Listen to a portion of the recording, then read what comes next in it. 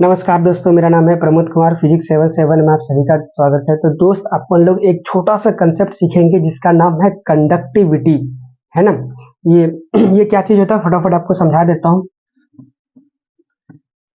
आपने सुना होगा रेजिस्टेंस। रेजिस्टेंस क्या होता है? किसी भी वायर से करंट को पास होने में अवरोध पैदा करता है। तो कंडक्टिव क्या हो गया? उसका रेसिप्रोकल होता है, उसका जस्ट उल्टा होता है। कंडक्टिविटी मटेरियल का वो प्रॉपर्टी होता है जो आपको बताता है कितने करंट मतलब करंट को कितने सुगमता से पास होने दे, कितना आसानी से पास होने देता है अपने वायर अपने थ्रू।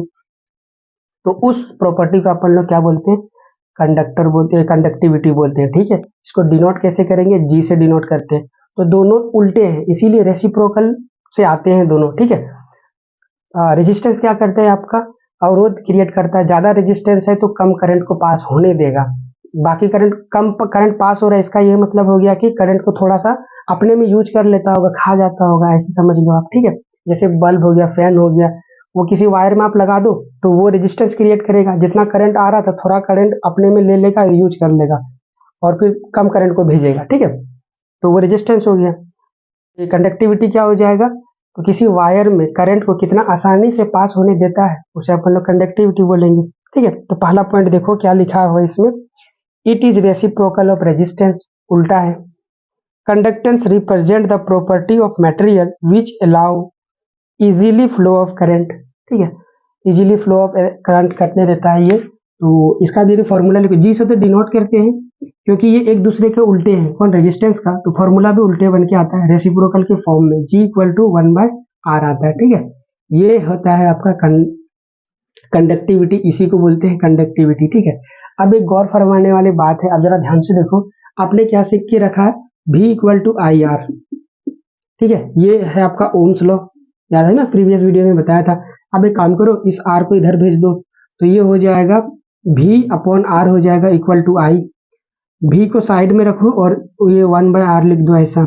ठीक है, अब 1/r को देखो तो क्या है? ये तो G है, तो V इंटू जी हो जाएगा, ये I हो गया। तो ये देखो दूसरा फॉर्मेट मिल गया, ये भी ओम्स लॉ है। ये वाला ओम्स लॉ जो है वो किसके फॉर्म में है? रेजिस्टेंस के फॉर्म में है। ठीक है, ये वाला जो है किसके फॉर्म में है? वो आपका कंडक्टिविटी के फॉर्म में है। ठीक है, कंडक्शन के फॉर्म में, ऐसे आप समझ सकते हो। तो इससे फायदा क्या होगा? इससे फायदा आपका ये होगा कि मान लिया कहीं पे दे दिया आपको, ये देखो ये क्या है आपका सीरीज में है, बट ये दोनों सीरीज में रेजिस्टेंस करना पड़ेगा आपको। कैपेसिटर ड्रॉ कर दिया। ठीक है, रेजिस्टेंस है, लेकिन रेजिस्टेंस ना दे करके आपका इसका क्या दे दिया? जी का मान दे दिया। ये जी1 हो गया, मान लिए जी2 हो गया। अब आपको निकालना है इसमें इक्विवेलेंट रेजिस्टेंस। ठीक है, आर इक्विवेलेंट। तो कैसे निकालोगे आप? तो अपन लोग सीरीज में जानते हैं, सीरीज में रेजिस्टेंस क्या होता है? R1 प्लस R2 होता है। बट यहाँ पे तो दिया नहीं है, R1 का मान नहीं दिया है, लेकिन G का मान दिया है। अपन लोग जानते हैं G इक्वल टू क्या होता है? 1/r होता है। अपने को R चाहिए अभी, तो R को इधर भेजो। R को इधर भेज दूंगा तो क्या हो जाएगा? 1/g हो जाएगा।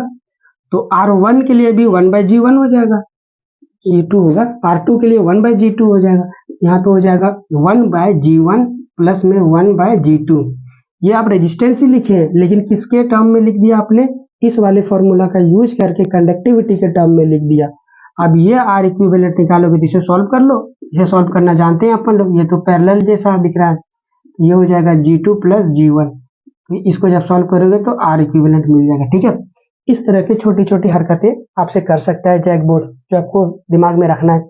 अगला पॉइंट चलते हैं। इसका यूनिट बहुत इंपॉर्टेंट है, मोस्ट इंपॉर्टेंट है। इसका यूनिट होता है मोह या तो ओम पर। ठीक है, इसका यूनिट को क्या बोलेंगे? मोह, MHO, मोह, या पर ओम बोलेंगे इसको, है ना, ऐसे, या 1/ओम।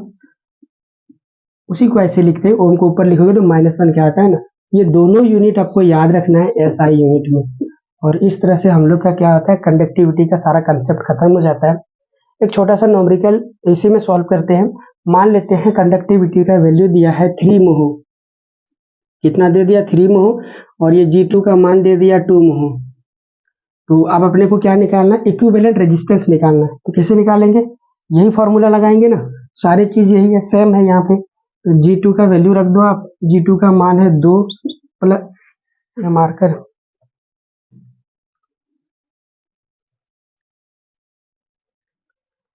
तो रखते हैं यहाँ पे। तो ये हो गया अपना 2 प्लस में 3 और दोनों का प्रोडक्ट है नीचे, है ना, ये हो गया, ये हो गया आर इक्विवेलेंट। लेकिन ध्यान रहे ये किस में जुड़े हुए हैं, सीरीज में जुड़े हुए हैं, है ना।